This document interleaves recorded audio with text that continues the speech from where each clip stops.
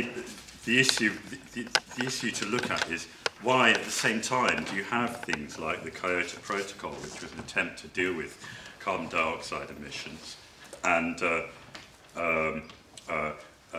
you know, significant renewable energy programs in certain countries, of which Germany in many ways is the most interesting. And at the same time, you have Arctic oil drilling, fracking, the attempted exploitation of methyl clathrates. This is something that Japan is very interested in. Methyl clathrates are unstable compounds of methane and water that are actually solid when they're brought up from underneath the ocean. They're on the ocean floor. And if they're disturbed, there's a possibility that they will, you know, kind of create a sort of methane burst that will accelerate global warming immensely. But this is something that Japan wants to exploit, or the Athabasca tar sands in Canada. So we've got this contradiction between various attempts to control climate change or control carbon emissions, and also kind of extreme fossil at the extreme end of it. And Amy sort of said, well, you know, quite rightly said that this is about the issue of capital accumulation, the constant drive of the capitalist system for growth and profit. And you can take it down to another level if you like. You can take it down to the level of perhaps look at it from the point of view of the contradiction between the long-term existential threat to the system of climate change, and I think there is an existential threat to the system because there, as Alan pointed out, there's a threat to humanity, and the system cannot actually exist without humanity, right? I mean, there will be small numbers of people after the major climate catastrophe, but I don't think there'll be large numbers, and most of them will be living in the northern climes, you know, the tundra of, well, it won't be tundra then, obviously, but they'll be living in northern Canada and Siberia, right? That's the long-term prognosis if the capitalist system continues to exist. Yeah. So there's the existential threat, long-term existential threat, which is perhaps an issue for governments, but then governments face this problem of needing to be re-elected and so forth, right? And then the immediate existential threat to individual firms, if you like, of how can we get our profit as quickly and as effectively as possible. And that is a contradiction that I think that they're unable to resolve. You also get contradictions between different types of firms as well. I mean, I don't think you should ignore the fact that at least there was a time, maybe they've resolved it by certain kind of financial jiggery-pokery, but there was a time when the insurance industry, which is not a small industry, was very concerned about climate change because of what they were going to have to pay out for floods and storms and so forth. You know, so you could say, well, maybe the insurance industry is possibly, you know, a little bit unhappy about it, as opposed to the oil industry or the car industry, right? And you get other kinds of contradictions as well. You can get, say, for instance, a retailer in terms of their energy use, right? This is something that I noted, that I thought about several years ago walking down the high street in Sheffield, right? So they will have to balance, for instance, the footfall, or whatever you call it, the increase in footfall that you get from having your doors wide open in midwinter and a hot curtain coming down the front, right? And actually having doors that open when people need to use them, right? And not allowing all that heat to escape.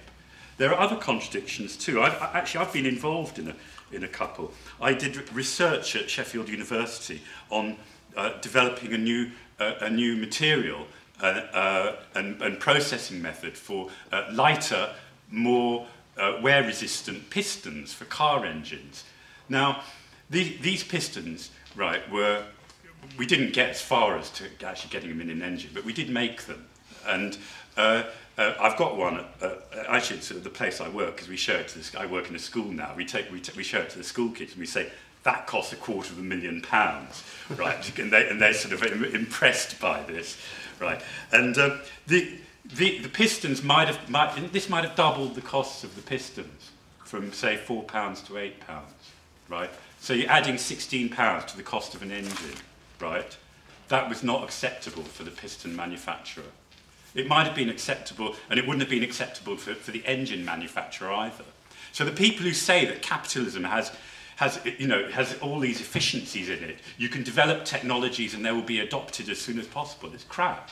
It depends on all kinds of interactions between different companies and how they operate. I had another one as well, which was electric motors. I've just been reading this. I found this amongst my stuff. I'm moving house soon. Scientific American from September 1990, right? How to save energy in the global warming world, right? Okay, I read it in 1990 as well, actually, and I'd remembered something because I referenced it when I worked a few years later on making electric motors. This says that electric motors, I can't remember the figure, it's something enormous, right? Electric motors in the United States take up something like, I've got it here actually, I'll find it later while other people are talking.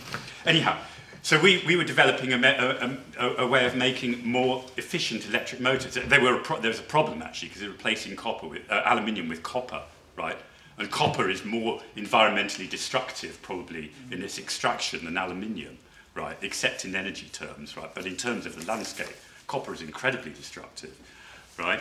But there was no interest. The company that was paying for this work to be done weren't really interested in it. Why not? It doesn't help them to sell a more efficient electric motor if no one else is. And this is when this document says, right, a more efficient and more expensive.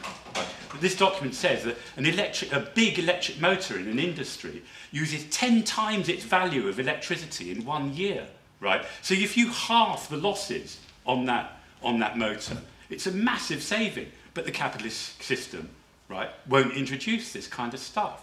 Yeah, and because it's this thing about how much you're going to outlay, right, to introduce some kind of energy efficiency, right, when you're not benefiting from that energy efficiency. The same applies in housing.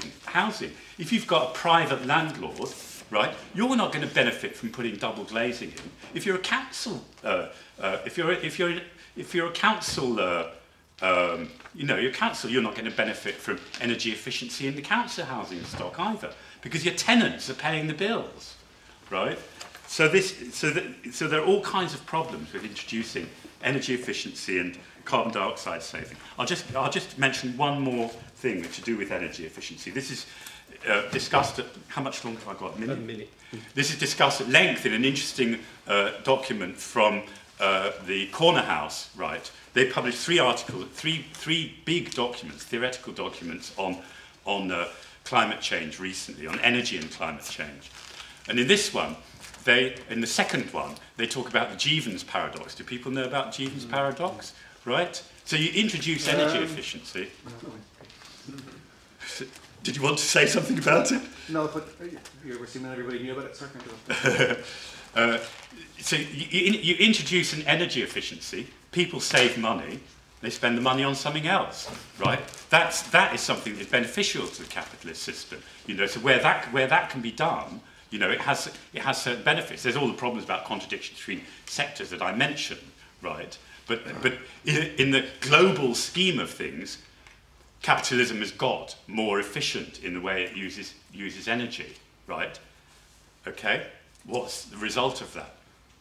More extraction of resources from the earth, more people, if you like, with more stuff, more planned obsolescence, more people using things as individuals when they would have used them collectively, right? And this comes back to the thing that Natalie Bennett was talking about at the end. I think her speech was really interesting. I had an argument with her at the end, which I will recount if you're interested. It was about ecological footprint. Yeah, but the thing about you know, a living income for everyone and a shorter working week, I think is absolutely spot on.